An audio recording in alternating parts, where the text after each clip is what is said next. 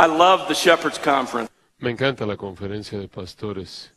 Yo pastoreo en Dallas, Texas, y hay iglesias en toda esquina, de hecho, iglesias múltiples en toda esquina. Y hay algunas buenas, representadas inclusive aquí en esta mañana. Pero también estamos rodeados de todo tipo de personas, todo tipo de loco, todo tipo de extremos. Y me encanta congregarme con ustedes porque sé que me gusta recordar que no soy el que me estoy volviendo loco. Esto me recuerda estar con ustedes, que hay un mismo grupo de hombres que comparte el mismo amor por Cristo y amor por la palabra. Y conforme pensaba en esta conferencia de pastores en mi vida, recordé que mi primer pastorado fue como un pastor interino de una iglesia pequeña en Gaffney, Carolina del Sur, hace 30 años atrás este año. Era demasiado joven para pastorear, me da tanto gusto que el Internet no existía en ese entonces, ni se grababa ninguno de los mensajes que prediqué. Pero miro hacia atrás y estoy agradecido con la bondad del Señor en mi vida. Y sé que es lo mismo con ustedes, me imagino. Hay unos cuantos textos bíblicos que a lo largo de esos años han moldeado profundamente mi entendimiento del ministerio. Y esta mañana quiero compartir uno de esos textos definitivos para mi vida con ustedes. Voy a ser honesto con ustedes, durante meses había preparado un texto diferente para predicar, pero en la providencia de Dios y durante una serie de acontecimientos no pude alejarme de este. Pero quiero decirles que confronta y desafía mi propio corazón, y me da mucho gusto poderlo compartir con ustedes. También es un texto que les puedo prometer que ninguno de nosotros aquí que ejerce liderazgo espiritual va a salir de aquí sin ser afectado. Hace varias semanas atrás tuve una cirugía de ojo de emergencia. El culpable es una enfermedad silenciosa y peligrosa llamada glaucoma.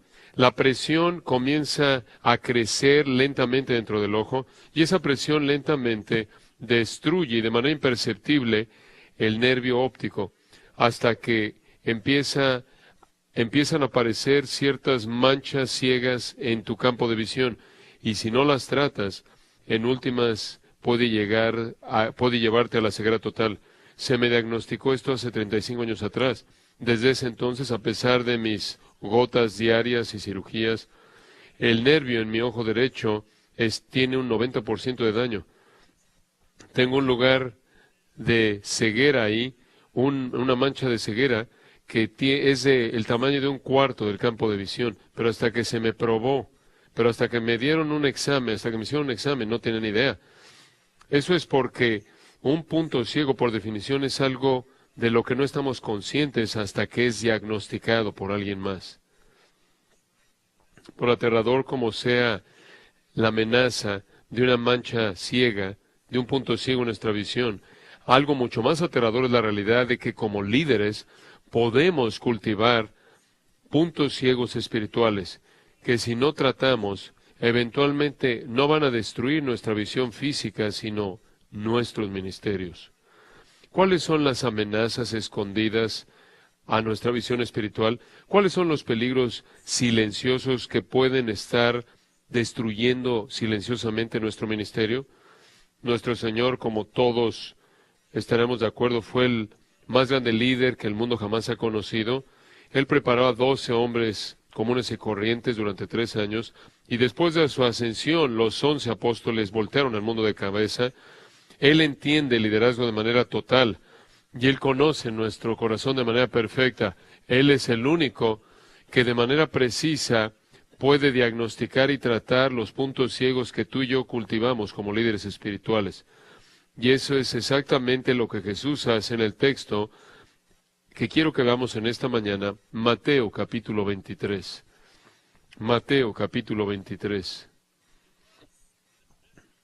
Fue en la manera tradicional de entender lo que el lunes nuestro Señor limpia por segunda vez el templo en su ministerio terrenal. Durante los siguientes 2 días Jesús esencialmente tomó posesión del monte del templo. Los evangelios, los escritores de los evangelios dicen que no dejaban pasar a la gente nuestro Señor en esa área del templo, y de nuevo el martes, tanto los saduceos como los fariseos buscaron atraparlo, sorprenderlo en sus palabras. Ellos querían que Jesús contradijera la ley de Dios para que de esta manera perdiera credibilidad con la gente y tener así una justificación para poder deshacerse de él y matarlo. Pero Jesús, como ustedes saben, nuestro Señor de manera sabia y sorprendente calla a todos los críticos y los deja sin una sola acusación creíble. Mateo capítulo 22 registra esos intercambios. Mateo 23 registra un sermón que Jesús predicó en ese mismo día. Posiblemente el martes de la Semana de la Pasión, Marcos y Lucas solo concentran 3 versículos al sermón. No obstante, Mateo dedica un capítulo entero para lo que sería el último discurso público de Jesús, y fue un ataque frontal y abierto contra los líderes de Israel. Y los confrontó, y piensen esto por un momento, no solo los confrontó en Jerusalén, sino en los patios abiertos del templo. Y lo hizo en la Pascua. El monte del templo estaba casi a su máxima capacidad, con tanta gente como 400,000 personas de toda nación del mundo. Jesús habría estado rodeado de miles, probablemente decenas de miles de personas, conforme él predicó este sermón. Él dirige este sermón a 2 audiencias distintas. En los versículos 13 al 36, Jesús confrontó a los escribas y a los fariseos. De hecho, de nuevo es difícil entender el drama de este momento, pero Jesús, rodeado por decenas de miles de personas, habla directamente a los líderes espirituales de la nación y los confronta y pronuncia contra ellos una serie de 7 ayes. Por ejemplo, en el versículo 13, ¡ay de vosotros! Y se dirige de manera directa a estos hombres, escribas y fariseos hipócritas. 7 veces hace esto. Pero antes de que Jesús hablara a ellos, en los versículos 1 al 12 de este capítulo, Jesús habló al pueblo y a sus discípulos. Nota cómo comienza. Entonces habló Jesús a la gente, Mateo 23:1, y a sus discípulos.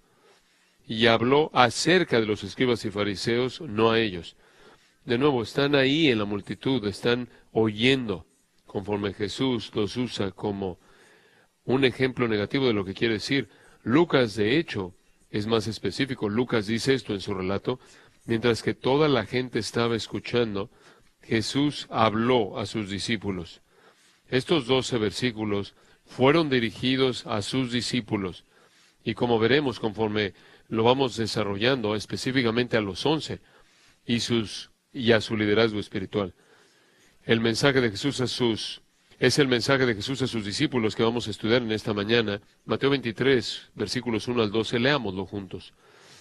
Entonces habló Jesús a la gente y a sus discípulos, diciendo: en la cátedra de Moisés se sientan los escribas y los fariseos. Así que todo lo que os digan que guardéis, guardadlo y hacedlo, mas no hagáis conforme a sus obras, porque dicen y no hacen. Porque atan cargas pesadas y difíciles de llevar, y las ponen sobre los hombros de los hombres, pero ellos ni con un dedo quieren moverlas.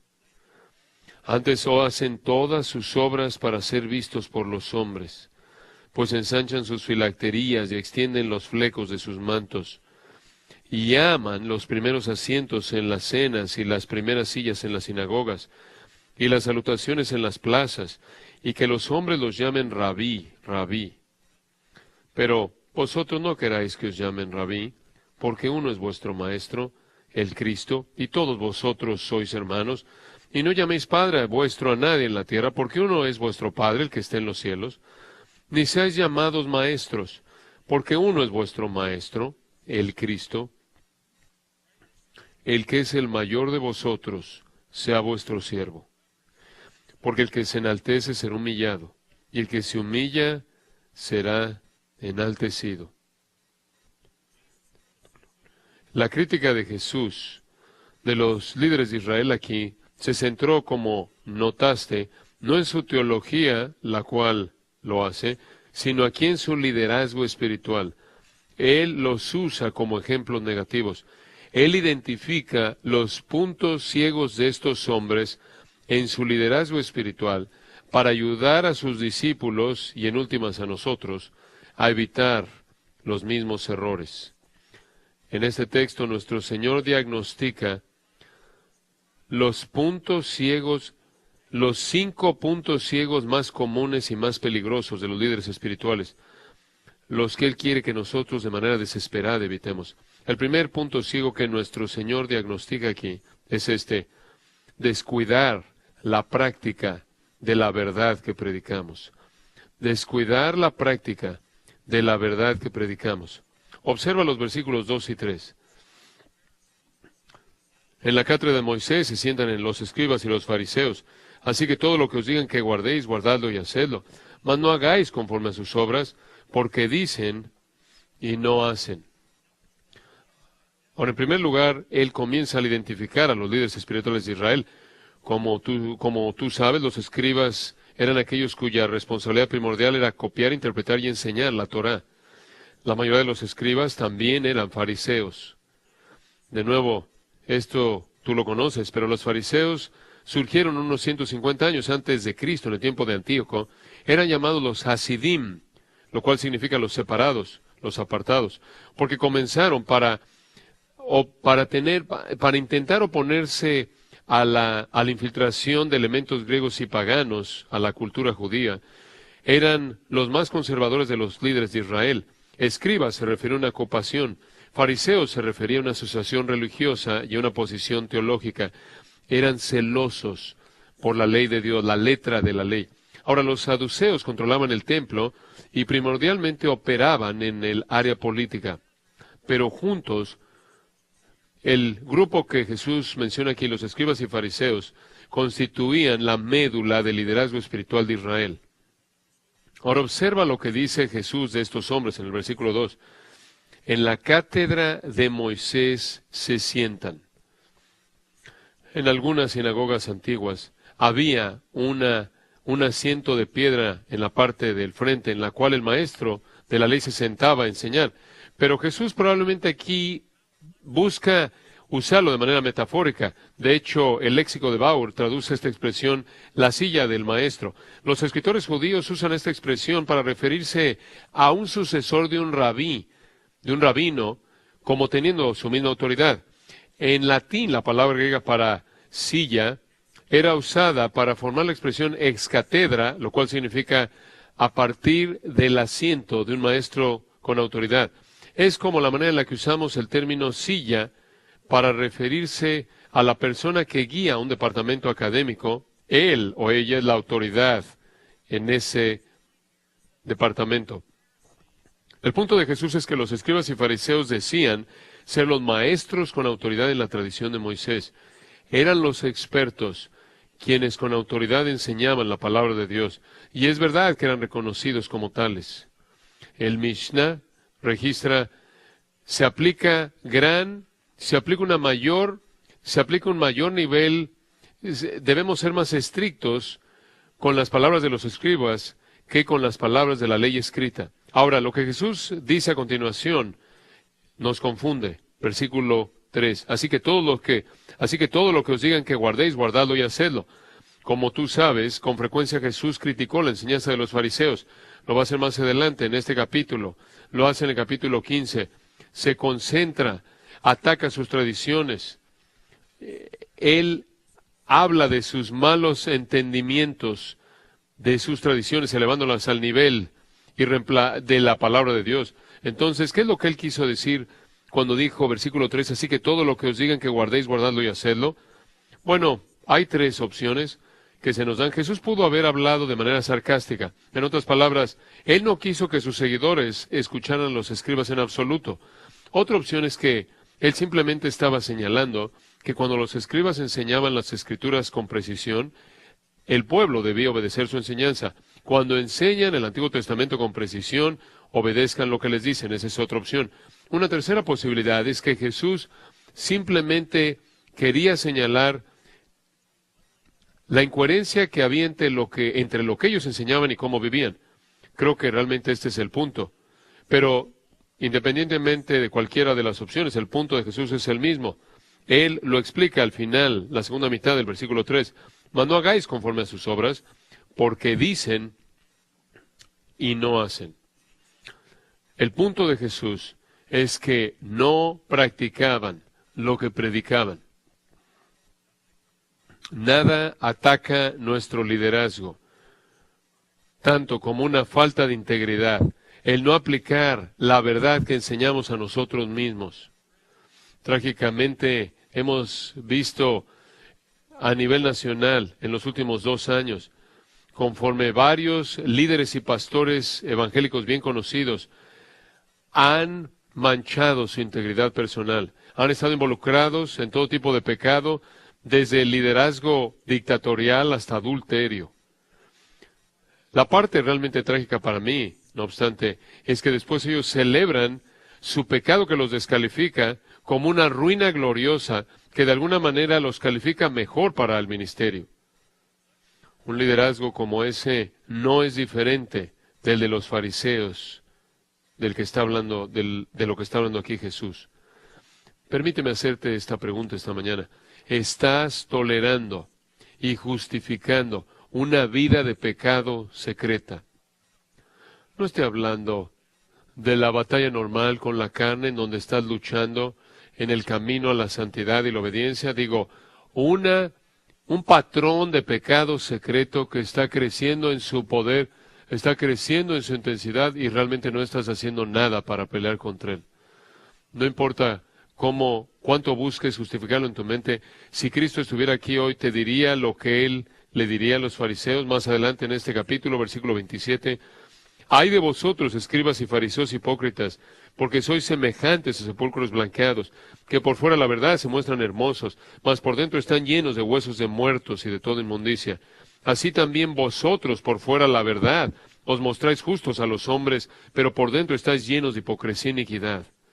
Escúchate, ruego en esta mañana que si ese es el estado de tu alma, corre a Jesucristo. Pero no tienes que tener una vida secreta de pecado para manchar tu integridad. Lo único que tiene que haber es un vacío entre lo que tú enseñas y cómo vives. Y permíteme decir que si no estás seguro de que ese vacío existe, pregúntale a tu esposa. Ella sabe. Pregúntale a tus hijos. Pregúntale a la gente que sirven contigo en el ministerio. Si vives en privado lo que enseñas públicamente, como puedes ver en últimas, es la integridad del mensajero lo que establece la credibilidad del mensaje. 1 Tesalonicenses capítulo 2, versículos 10 y 11, Pablo escribe esto.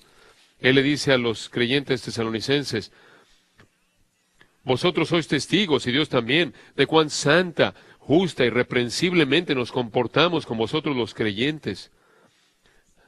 No es sorprendente que el versículo 13 dice, por lo cual también nosotros, sin cesar, damos gracias a Dios de que cuando recibiste la palabra de Dios que oíste de nosotros, la recibiste no como palabra de hombre, sino según es en verdad la palabra de Dios, la integridad del mensajero y la credibilidad del mensaje están íntimamente relacionados. Nuestro Señor, claro, fue el ejemplo perfecto de integridad personal. Él nunca dejó de vivir lo que Él predicaba. De hecho, solo Él podía decir, como dice Juan 8:46,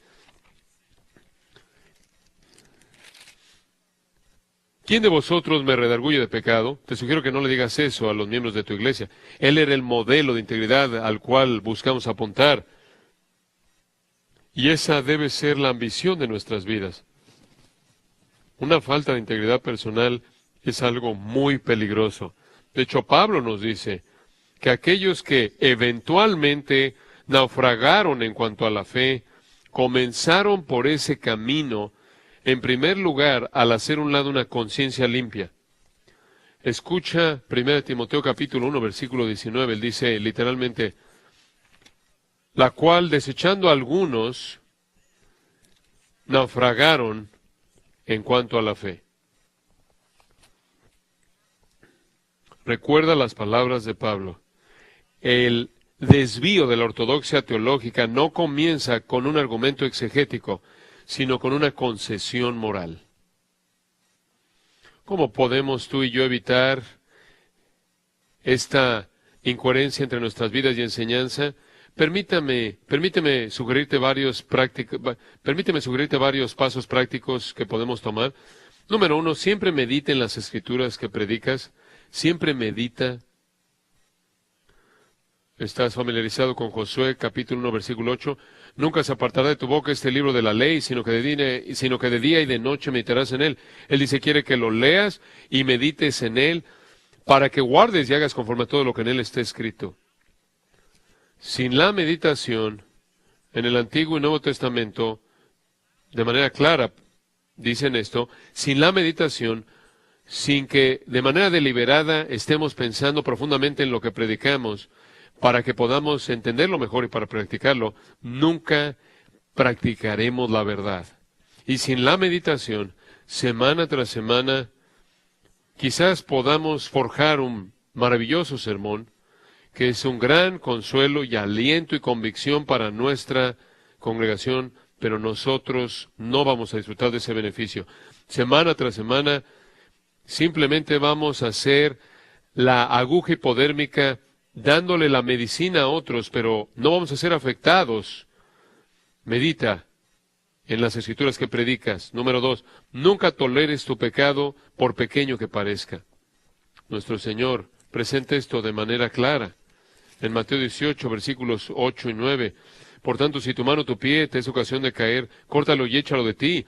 Mejor te es entrar en la vida, cojo manco, que teniendo 2 manos o 2 pies ser echado en el fuego eterno. Y si tu ojo te es ocasión de caer, sácalo y échalo de ti. Mejor te es entrar con un solo ojo en la vida, que teniendo 2 ojos ser echado en el infierno de fuego. Inclusive a sus discípulos, cuando está lidiando con el asunto del pecado en nuestras vidas, Él nos dice que hagamos lo mismo. ¿Qué es lo que Jesús está diciendo?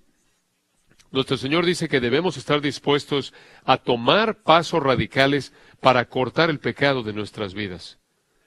Como tú sabes, estoy seguro, tú aconsejas como yo, una de las trampas más grandes para los hombres en la actualidad es la pornografía.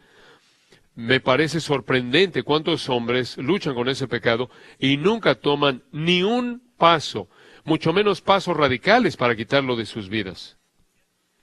Deshazte del Internet. Oye, Tom, es el siglo XXI, no podemos vivir sin el Internet. Bueno, si es más fácil vivir sin el Internet o sin tu ojo derecho o tu mano derecha. Un tercer paso práctico es, nunca confundas el tener un ministerio eficaz con la presencia de santidad personal. No confundas ambos, no siempre están relacionados de manera inmediata. La iglesia en Corinto toleró todo tipo de pecado, desde divisiones hasta incesto. Pero en 1 Corintios 1:7 Pablo dijo, no carece ningún don espiritual. El hecho de que nuestras iglesias están creciendo y que la congregación está madurando bajo nuestra enseñanza, en últimas, no dice nada de nuestra santidad personal, porque Dios puede usar cualquier instrumento que Él escoge. Si dudas eso, recuerda que Él habló una vez de manera muy eficaz a través de un asno. El primer punto ciego de un líder espiritual es descuidar la práctica de la verdad que predicamos. Un segundo punto viene en el versículo 4, carecer de compasión por la gente que servimos. Una falta de compasión por la gente que servimos. Nuestro Señor dice, versículo 4, ¿por qué atan cargas pesadas y difíciles de llevar y las ponen sobre los hombros de los hombres? La expresión atar cargas pesadas es usada en griego secular para describir la preparación de cargas que los animales o esclavos llevaban. Porque antes de que ciertos objetos pudieran ser cargados, tenían que ser atados en montones. El retrato es de amarrar un grupo o varias ramas o varias varas o varias ramas de grano juntas hasta que se volvían una carga pesada. Los escribas y fariseos ataban todas sus tradiciones y observancias ceremoniales junto con la ley, junto con todo lo que la ley demandaba, hasta que se volvió una carga pesada que era imposible de llevar. Y después la colocaban en los hombros de la gente que servían. ¡Qué retrato perfecto del legalismo! Pero el punto de Cristo aquí no es la carga pesada, inclusive sin la tradición añadida, que ellos incluían. Los requisitos legítimos de la ley de Dios eran ya lo suficientemente pesados. El punto de Jesús viene en la segunda mitad del versículo. Observa el versículo 4. Pero ellos ni con un dedo quieren moverlas. Eso no significa que los fariseos nunca siguieron sus propias reglas, como los sabes, con mucha frecuencia lo siguieron de manera meticulosa. Inclusive diezmaban de sus especias, versículo 23. Pablo dijo de su vida como fariseo, en cuanto a la ley, en cuanto a la justicia que es de la ley, irreprensible externamente. El punto de Jesús aquí era que no movían su dedo meñique para ayudar a otros a reducir la carga. Como escribe un comentarista, se rehusaban a ayudar a aquellos que colapsaban bajo sus reglas. Carecían de manera total de compasión por la gente o de la gente que supuestamente debían servir. Compare eso a la compasión de nuestro Señor para con aquellos que estaban cargados y trabajados. Mateo 11:28, llevad mi yugo sobre vosotros, en esa invitación de venir a Él, y aprended de mí, porque soy manso y humilde de corazón, y hallaréis descanso para vuestras almas, porque mi yugo es fácil y mi carga es ligera. En Mateo 12, versículo 20 leemos, la caña cascada no quebrará, y el pábilo que humea no apagará. Esta fue la naturaleza del ministerio de nuestro Señor. Considera el ministerio del apóstol Pablo, 1 Tesalonicenses 2:6, como apóstoles de Cristo.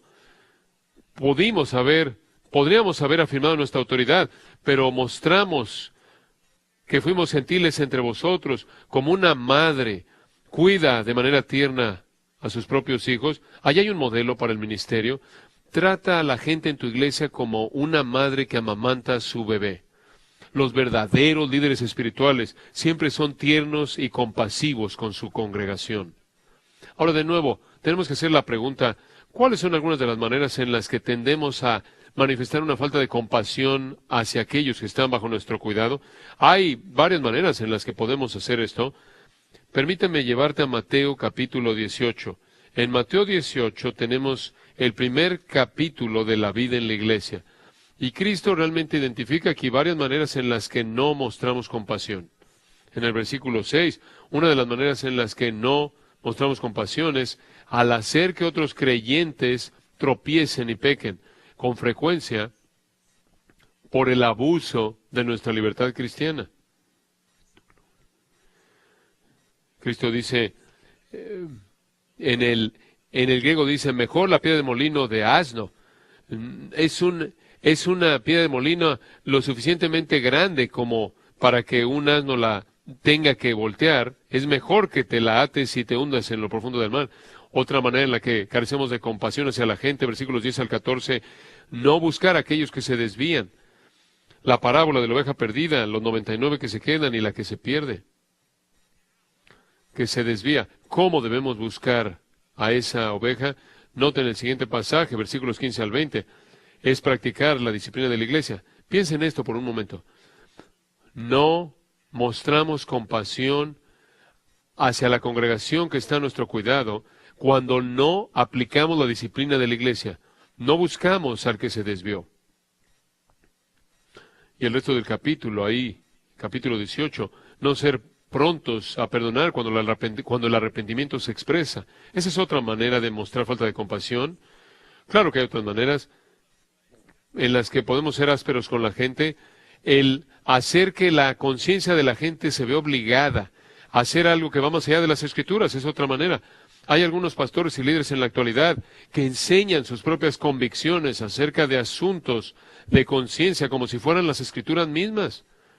Otros le dicen a la gente, y he oído esto, otros pastores le dicen a su congregación en dónde vivir, con quién casarse, y qué trabajo tener, y cuándo mudarse. En 1 Corintios 4, versículo 6, hay un uso excepcional. Hay un texto que se ha un texto que se ha grabado en mi mente desde que fui al seminario. Mi suegro, quien enseñó teología 15 años, es el que me enseñó, quien está ahora con el Señor, una porción del griego que enseñé. Y una parte de este texto, en 1 Corintios 4, 6, hay un uso excepcional del artículo griego ahí. Y es para presentar un dicho común que estaba presente en la primera iglesia, y el dicho era este: Mei huper ha grafeta. No más allá de lo que ha sido escrito. Caballeros, eso debe estar sobre nuestro escritorio cuando estudiamos, porque nuestra autoridad como ancianos y líderes se detiene, termina en donde la palabra termina, un paso más, y estamos colocando cargas pesadas en las espaldas de nuestro rebaño. Enseñar las demandas de las Escrituras sin explicar el proceso bíblico de la santificación es colocar una carga pesada en nuestra congregación. Decirles lo que se espera de ellos, sin explicarles las herramientas y recursos que Dios ha provisto en su palabra y el Espíritu para llevar a cabo ese cambio. Y esto quizás es más común en la actualidad, enseñar perspectivas inadecuadas de la santificación que estorban en realidad el crecimiento en la santidad real. Por ejemplo, el modelo de santificación centrado en la cruz, o el movimiento contemporáneo de la gracia, dice proveer libertad del legalismo, pero en realidad carece de compasión, porque los deja esclavizados a su pecado. No les da un modelo bíblico para vencer su pecado. Demandar cambios enteros de nuestra nueva congregación y no entender cuando hay resistencia. Eso es carecer compasión hacia nuestra congregación. La gente son ovejas, no les gusta el cambio. Spurgeon estimó que necesitaba una congregación 7 años para aprender a confiar en el pastor. Aquí hay otro. Esperar cambio espiritual inmediato en la congregación, en la gente. Cuando estuve aquí sirviendo en Grace Church un día, estaba comiendo con John y le pregunté, ¿qué piensas que es el error más serio que los líderes espirituales hacen? Y yo dije, yo pensé, no va a tomar una pausa, él va a tener que pensar, pero ni siquiera pausó y me dijo, eso es fácil, ser impaciente con la gente. Con frecuencia no entendemos el tiempo y esfuerzo que se demanda para alcanzar la madurez espiritual. Jesús le enseñó a los apóstoles durante 3.5 años. Estuvieron con él noche y día, por lo menos 2 de esos años. Y en la noche antes de su crucifixión estaban todavía discutiendo por quién de ellos era el más importante. Pero nosotros esperamos predicar un sermón. Y con eso que nuestra congregación cambie de la noche a la mañana. ¿Cuál es la raíz de la cual la falta de compasión crece? Creo que invariablemente aquellos que son los más duros con otros son los que no han entendido de manera plena su pecaminosidad. Hebreos capítulo 5 habla del sumo sacerdote y dice esto en el versículo 2, para que se muestre paciente con los ignorantes y extraviados, puesto que él también está rodeado de debilidad. Cuando entendemos nuestra propia pecaminosidad, nuestra propia debilidad, estamos en una mejor posición de ser compasivos y gentiles y mostrar gracia al enfrentar a otros, al tratar a otros. Entonces, los puntos ciegos más grandes que los líderes espirituales tienen son, en primer lugar, descuidar la práctica de la verdad que predicamos, y número 2, una falta de compasión por la gente que servimos. Un tercer punto ciego de aquellos que están en el liderazgo espiritual, número 3, es robar la gloria del Dios que adoramos. Robar la gloria del Dios que adoramos. Observa el versículo 5. Antes hacen todas sus obras para ser vistos por los hombres. Ahora esa es una afirmación sorprendente. Nuestro Señor, quien conoce todos los corazones de los hombres, dice que hacen todas sus obras para ser vistos por los hombres. Estos líderes espirituales ignoraron a Dios y actuaron como si la gente era lo único que importaba. Él cita 2 ejemplos aquí. El primero en el versículo 5, pues ensanchan sus filacterías, estas pequeñas cajas de piel que contenían inscritas textos del Antiguo Testamento de Éxodo 13, Deuteronomio 6 y 11, porque Deuteronomio 6 decía que teníamos porque Deuteronomio 6 decía que teníamos que mantener la palabra de Dios constantemente entre nuestros ojos y nuestros corazones. Entonces, usaban las filacterías en sus brazos izquierdos junto al corazón y las amarraban a sus frentes entre los ojos. Claro, esas expresiones tenían la intención de manera original, en su intención original de ser metafóricas. Pero entre los testamentos los judíos comenzaron a practicarlas de manera literal, y durante la adoración pública y los tiempos de oración, los hombres judíos usaban estas cajas, pero con frecuencia los fariseos las usaban constantemente, cada vez que estaban en público, y hasta les hicieron más anchas para cubrir más de sus, y las hicieron más anchas para cubrir más de sus frentes. Ahí está una selfie que me gustaría que todavía existiera.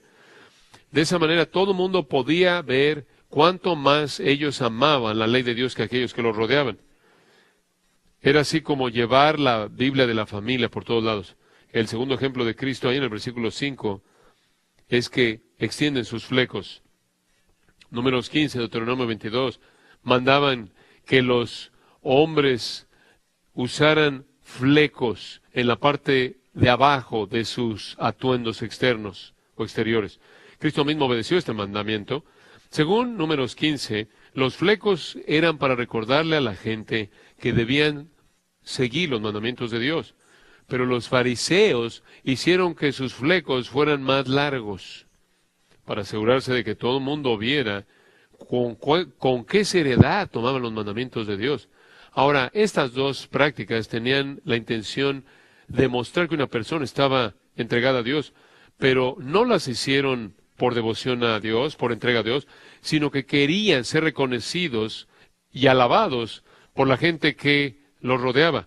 Cristo advirtió a sus seguidores acerca de esto antes. Regresa ya a Mateo 6, versículo 1, en el Sermón del Monte.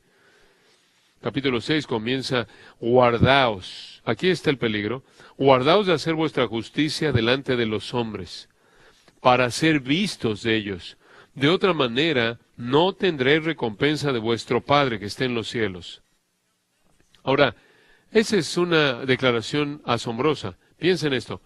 Jesús dice que dos personas pueden hacer exactamente lo mismo bien por fuera, pero uno hacerlo bien y otro mal. Y lo que los distingue a ambos es quién en su corazón esperan alabar, o a quién en su corazón, la atención de quién esperan llamar en su corazón. Permíteme hacerte una pregunta. Cuando nuestro mayor deseo es que los hombres nos vean, ¿a quién estamos adorando en ese momento? Permíteme darte una pista: no es Dios. Podrías verte tentado a decir que estamos adorando a la gente porque estamos buscando su aprobación, y eso es porque estamos buscando su aprobación y buscando tener una reputación con ellos de ser espirituales, pero en realidad hacer actividades espirituales, inclusive el ministerio, para llamar la atención de otros, es adoración personal, es una adoración de ti mismo. El peligro real de la hipocresía es la idolatría. Permíteme mostrarte el contraste que Jesús presenta en Mateo 5:16.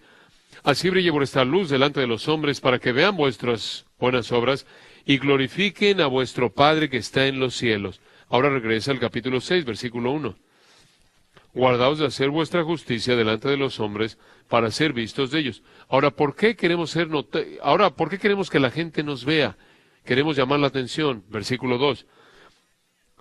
Para ser alabados por los hombres. La palabra alabados es la misma palabra griega del capítulo 5, versículo 16. La palabra para glorificar. Quieren ser glorificados por los hombres. El motivo del cristiano sincero es que los hombres glorifiquen a Dios. El motivo del hipócrita es que los hombres lo glorifiquen a Él. La hipocresía es idolatría. En lugar de querer que el nombre de Dios sea santificado, quiero que mi nombre sea santificado. Cuando queremos llamar la atención de los hombres, que queremos ser glorificados, como los escribas y fariseos querían ser glorificados. Caballeros, estamos robándole a Dios aquello que le pertenece de manera apropiada solo a Él. Robamos la gloria que le pertenece solo a Dios. Cuando deseamos ser exaltados a los ojos de nuestra iglesia, o nuestra comunidad, o la comunidad cristiana en general, en lugar de desear sobre cualquier otra cosa que Dios sea exaltado, aun si eso significa que nosotros pasemos desapercibidos y seamos desconocidos. Robamos la gloria de Dios cuando hacemos actividades espirituales o ministeriales con un deseo en nuestros corazones o de una manera diseñada para que otros nos vean y nos glorifiquen. Por cierto, la solución de Jesús en Mateo 6 a este problema era hacer un esfuerzo concertado por ser visto únicamente por Dios. Robamos la gloria de Dios cuando nosotros siempre somos el héroe de las anécdotas que contamos. Hablamos de esto el miércoles. Hay pastores, me parece a mí, que escribieron el libro. Los 10 pastores más espirituales de Estados Unidos y cómo le enseñé yo a los otros 9. Cuando le atribuimos el éxito de nuestro ministerio a nuestras capacidades, a nuestra visión o nuestro liderazgo, en lugar de atribuírselo solo a Dios, le robamos la gloria a Dios. El texto que también me grita de esta manera y me reprende es 1 Corintios 4:7. ¿O qué tienes que no hayas recibido? Esa es una pregunta amplia. Y recibe una pregunta y recibe una respuesta. Absolutamente nada. Entonces Pablo dice, entonces, ¿por qué te enorgulleces? Como si no lo hubieras recibido.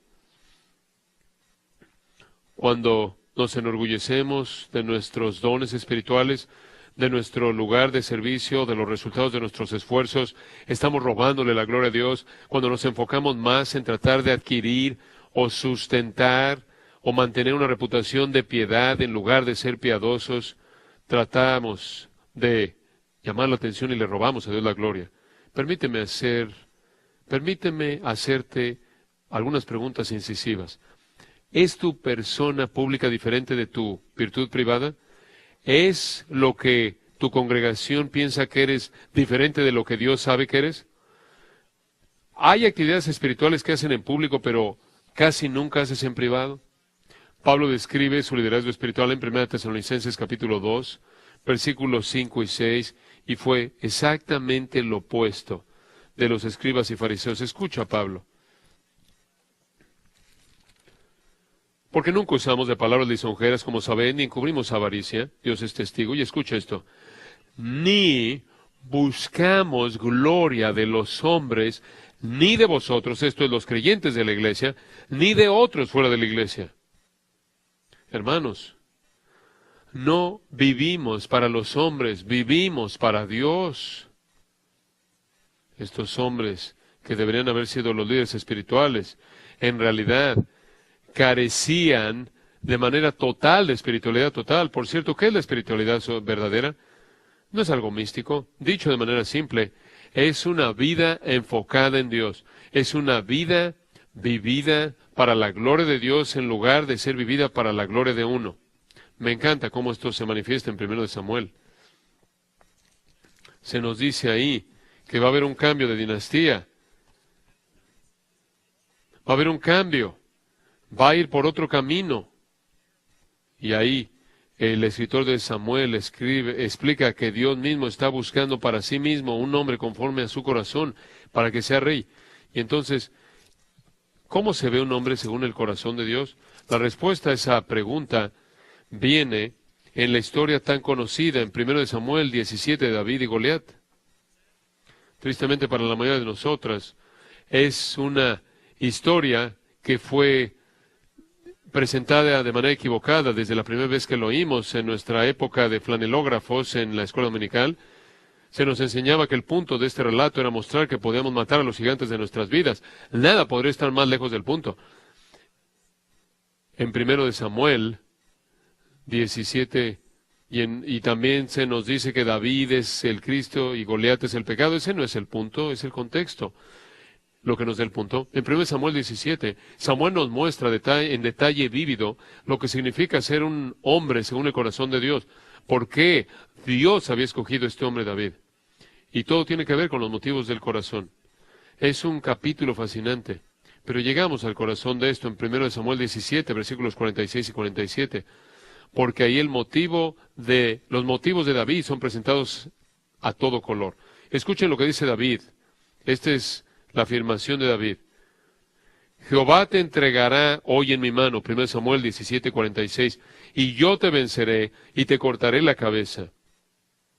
Te tiene que gustar eso. Y daré hoy los cuerpos de los filisteos a las aves del cielo y a las bestias de la tierra. ¿Por qué, David? ¿Qué te está motivando?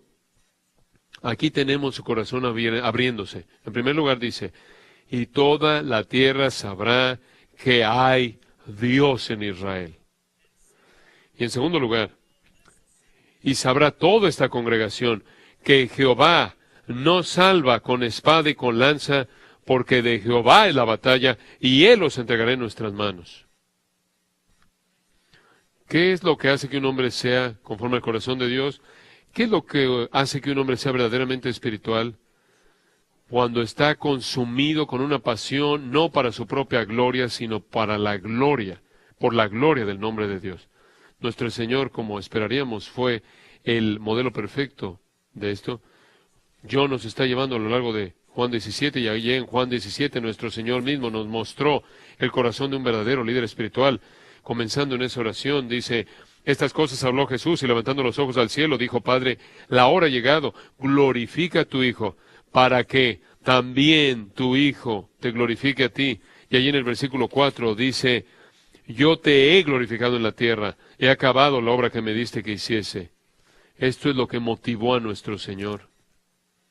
Y ese era el extremo opuesto de lo que motivó a los fariseos. Por cierto, hay un punto muy importante más que debemos enfatizar aquí en Mateo 23, en este contexto. Jesús sabía que los escribas y fariseos buscaban la gloria personal. Era un reflejo de su omnisciencia. Y caballeros, Él todavía sabe. Nuestro Señor nos recuerda que nunca debemos robar para nosotros la gloria que le pertenece a Él. Un cuarto punto ciego que Jesús diagnostica está en los versículos 6 al 10. Amar la prominencia de la posición que ocupamos. Observa los versículos 6 y 7.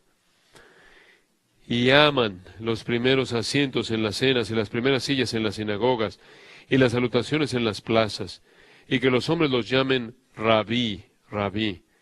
Puedes saber todo lo que necesitas saber de un hombre por lo que le gusta, lo que ama.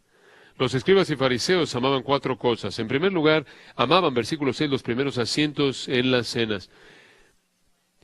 En celebraciones de cena elegantes en el primer siglo, las mesas normalmente se ordenaban en forma de una U. El lugar prominente en el centro de la cabeza de la mesa, o el centro de la U, estaba reservado para el anfitrión. Después los invitados de honor se sentaban a los lados del anfitrión, y los otros invitados se sentaban en un orden descendiente de importancia a los lados de la U. Si estaba sentado en un lugar de honor, se daba por sentado que eras importante para el anfitrión. A los fariseos les encantaba, amaban el lugar de honor, porque querían que la gente pensara que ellos eran importantes. Noten que también les encantaba, versículo 6, los primeros asientos, las primeras sillas en las sinagogas. No sabemos mucho de las sinagogas del primer siglo, pero había una plataforma elevada en donde los líderes leían las Escrituras y predicaban sus sermones. En algunas sinagogas habían asientos detrás de aquellos que guiaban el servicio y veían de frente a la congregación, y estaban reservados para la gente de la comunidad que era importante, influyente. Cristo pudo haberse referido a esos asientos, o es posible que Él se refirió a los asientos que estaban más cerca de donde estaban los rollos de la ley, en donde se guardaban. Independientemente de esto, su punto es que los fariseos amaban ser vistos en los asientos más importantes. En tercer lugar, nuestro Señor dice que amaban, versículo 7, las salutaciones en las plazas. En las plazas donde se vendían y compraban los bienes, donde la gente se congregaba, en donde se reservaban los saludos protocolarios para la gente influyente, importante de la comunidad. Ellos amaban recibir y ser vistos recibiendo esos saludos. Finalmente Jesús añade, versículo 7, aman que los hombres los llamen rabí, rabí. Rabí, como sabes, es una transliteración de una palabra hebrea que significa mi señor o mi amo. Puede denotar un amo en contraste a un esclavo. Inclusive es usado en ciertos contextos como un título real refiriéndose al rey. En el primer siglo, si alguien te llamaba rabí, él estaba diciendo que tú eras su superior. Ahora, en la generación antes de Cristo, esto se había convertido en un título que los maestros de la ley usaban y poco después se volvió algo que se infló de manera seria. Ya para la época del Talmud, un rabí había sido tan exaltado que su discípulo tenía que obedecerlo sin cuestionarlo, nunca caminar a su lado o enfrente de él y nunca saludarlo primero. Ninguna de las cosas que quieres insistir en que tus miembros hagan. Aparentemente esa tendencia había comenzado en la época de Cristo.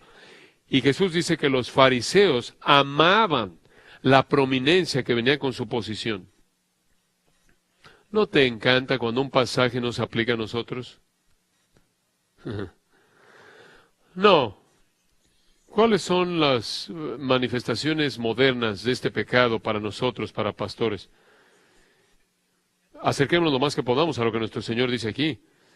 En reuniones en reuniones, por ejemplo, internamente deseas y te encanta sentarse en la mesa principal, te encanta sentarte en la plataforma en una posición exaltada para que todos los que asisten te vean, te encanta ser visto y buscas la compañía de líderes cristianos famosos.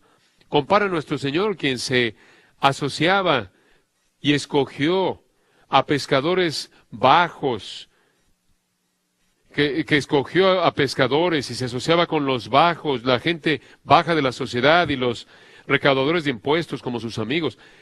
Te invitan pastores, invitas tú más bien, la pregunta es, ¿invitas a pastores famosos a tu iglesia para incrementar tu propia reputación?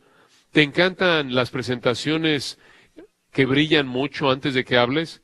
¿Te encanta que se refieran a ti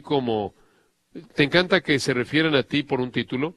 David Wells, en su artículo clásico, La minimización del ministerio, dice que muchos pastores están tratando de esconder la reprensión de Cristo detrás de un título profesional.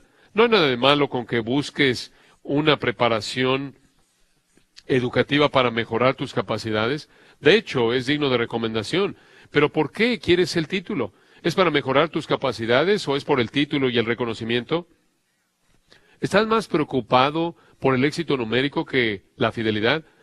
¿Te encuentras de manera sutil metiendo en la conversación común y corriente?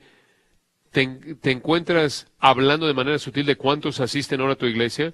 Esos son algunos simplemente de los mismos tipos de pecado que Jesús identificó en los líderes religiosos de Israel. Ahora, no me malinterpretes. No está mal sentarte en la mesa principal, disfrutar de la compañía de cristianos, de líderes cristianos bien conocidos, recibir una presentación amable o que otros honren la posición que tienes.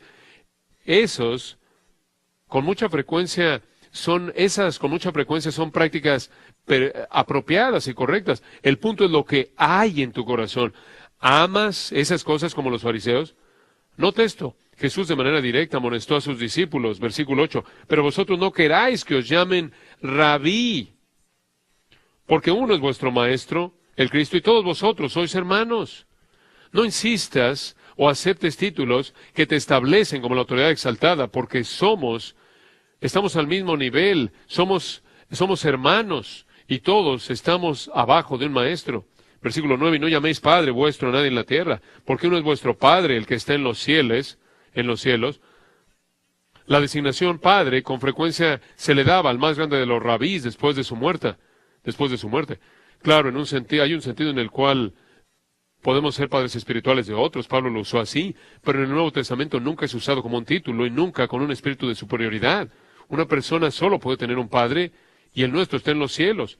Los otros cristianos son nuestros hermanos. Versículo 10, ni seáis llamados maestros porque uno es vuestro maestro, el Cristo. La palabra griega para maestros ocurre solo aquí en el Nuevo Testamento. Significa guía, instructor o maestro. Cristo es el único y el único que verdaderamente está calificado para sentarse en la silla de Moisés, ser el maestro que tiene autoridad de la palabra de Dios y la voluntad de Dios. En las palabras de Pedro, solo hay un príncipe de los pastores y él es Cristo. Así que no ames ni demandes un título. Cuando serví aquí en Grace, me encantaba que le preguntaban a John, le salía la pregunta, ¿por qué dejas que tu congregación te llame John? Me encanta su respuesta. Llamaron a Pablo Pablo. De nuevo, no malinterprete lo que estoy diciendo. Jesús no está prohibiendo el honrar a maestros y líderes. Como el historiador Philip Schaff escribe, el orgullo adoptando la forma de falta de cortesía no puede encontrar abrigo aquí. Tampoco este es un argumento para el egalitarianismo. Siempre habrán personas que son nuestros superiores en edad, dones, experiencia y posición, y les debemos el respeto apropiado. Romanos 13:13, dad a todos lo que es debido, honra al que es digno de honra. Pero si tú anhelas y amas, te encanta que la gente te coloque en una clase diferente, usar títulos exaltados y te traten como su superior, entonces estás violando las instrucciones de nuestro Señor aquí. Nota el contraste de el anhelo de estos hombres de ser elevados y honrados, con los comentarios de Pablo acerca de sí mismo. Él se llama a sí mismo la escoria de la tierra, un vaso de barro. Aunque Pedro fue apóstol cuando escribió su primera epístola, él se describió a sí mismo anciano con vosotros, al mismo nivel de ellos. Claro, no hay un mayor ejemplo de uno que se rehusó a aferrarse a la prominencia de su posición que nuestro Señor. Filipenses 2, en esas palabras conocidas, existiendo en la forma de Dios, no estimó el ser igual a Dios como cosa que aferrarse, sino que se despojó a sí mismo, tomando forma de siervo o esclavo. Uno de los más grandes errores que podemos hacer como líderes espirituales es olvidar que somos tan solo vasos de barro. Cuando eso sucede, la humildad muere y vamos en una dirección hacia la honra personal, reconocimiento, importancia, y tristemente en la actualidad,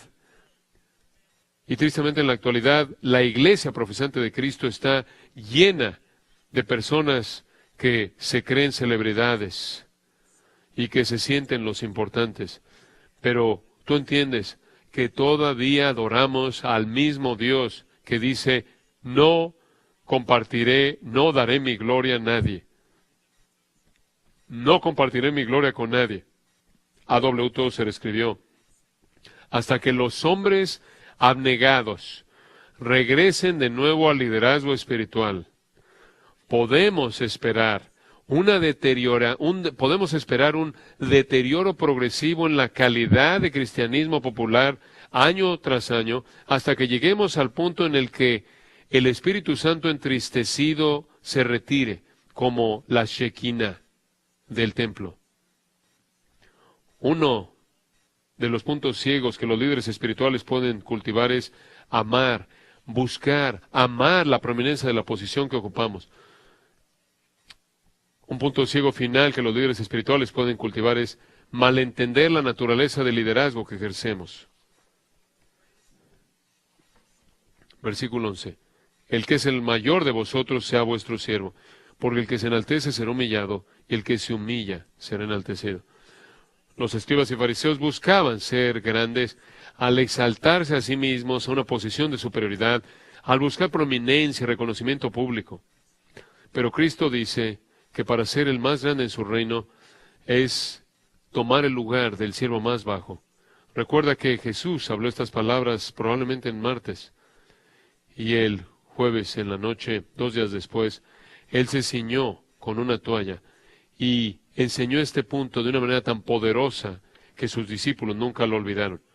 Dios encarnado, llevando a cabo la tarea más baja, del esclavo terrenal más bajo. El versículo 12 concluye al decir que el que busca traer la atención humana y la alabanza humana será humillada. Por otro lado, el que se humilla a sí mismo, al que se humilla a sí mismo, Dios exaltará. De nuevo, nuestro Señor es el ejemplo perfecto de esto. Leon Morris escribe, Jesús mismo puso el ejemplo, porque en su vida entera, Él no buscó, Él dejó los corredores de poder y estaba contento con ser un maestro humilde, primordialmente en las áreas rurales remotas de la provincia en la que vivió. Jesús escogió a 12 hombres comunes y corrientes para que fueran sus discípulos. Era la gente común y corriente que lo oía con gusto. La única vez que lo entró al hogar de los que eran políticamente poderosos fue en el juicio falso, en preparación para su ejecución. Sin embargo, él se volvió en el ejemplo perfecto sin embargo, él se convirtió en el ejemplo perfecto de que el que se humilla a sí mismo, Dios exaltará. Porque Dios lo exaltó hasta lo sumo y le dio el nombre, que es sobre todo nombre, el nombre Señor. Pero cuando tú y yo perdemos de vista el hecho de que nuestra función es ser un siervo, es porque hemos olvidado que la iglesia es un cuerpo y Cristo todavía es la cabeza. Y que toda persona en la iglesia, incluyéndonos a nosotros, ha sido dotado para cumplir con una función específica en el cuerpo. El ministerio no es nada más que cumplir con nuestra función y servir otras partes en el cuerpo. Nosotros solo somos la boca. Samuel Brengel escribe, el Señor me usa a mí, y no es por mí que la obra se hace. El hacha no puede jactarse de los árboles que ha cortado. No podría hacer nada si no fuera por el leñador. Él la hizo, Él la afiló y Él la usó. El momento en el que la avienta al lado, se vuelve únicamente hierro viejo, o que nunca pierde esto yo de vista. Un líder piadoso entiende que el liderazgo es usar su don para servir al cuerpo, al equipar a otros para que hagan la obra del ministerio. Entonces nuestro Señor diagnostica los 5 puntos ciegos más mortales que vienen con el liderazgo espiritual. Pero obviamente Jesús quiere que nuestro liderazgo sea exactamente lo opuesto del liderazgo de los escribas y fariseos. Eso significa que debemos comprometernos con lo opuesto de estos puntos ciegos. Permíteme recordarte, observa esa lista. En primer lugar tenemos que comprometernos con practicar la verdad que predicamos, mostrar compasión a la congregación a quien servimos, buscar únicamente la gloria del Dios que adoramos, menospreciar la prominencia de la posición que ocupamos y recordar la naturaleza del liderazgo que ejercemos. Somos líderes siervos. Nuestra congregación no está ahí para servirnos a nosotros. Nosotros estamos para servirlos a ellos. Que el Espíritu de Cristo en nosotros diagnostique nuestros puntos ciegos y restaure nuestra visión espiritual, y que nosotros, por la gracia de Dios, ejerzamos el liderazgo espiritual que nuestro Señor enseñó y que Él modeló de manera tan perfecta. Oremos. Nuestro Padre, somos humillados hasta el polvo por este pasaje. Gracias porque inclusive conforme vemos este pasaje hay puntos de aliento, conforme podemos ver que por tu gracia no somos lo que solemos ser, pero ese punto ciego no es tan profundo como lo fue en una ocasión. Te damos gracias, aliéntanos con eso, Padre. Esa es tu obra en nuestras vidas, la obra de tu palabra y de tu Espíritu, pero Padre, también has identificado en cada uno de nuestros corazones nuestros propios puntos ciegos, en particular en este pasaje. Oh Dios, ayúdanos a tomarlo en serio, ayúdanos a buscar el tipo de liderazgo espiritual que nuestro Señor enseñó y modeló, y que nuestro liderazgo no se parezca en nada al de los escribas y fariseos. Oramos en el nombre de Jesús. Amén.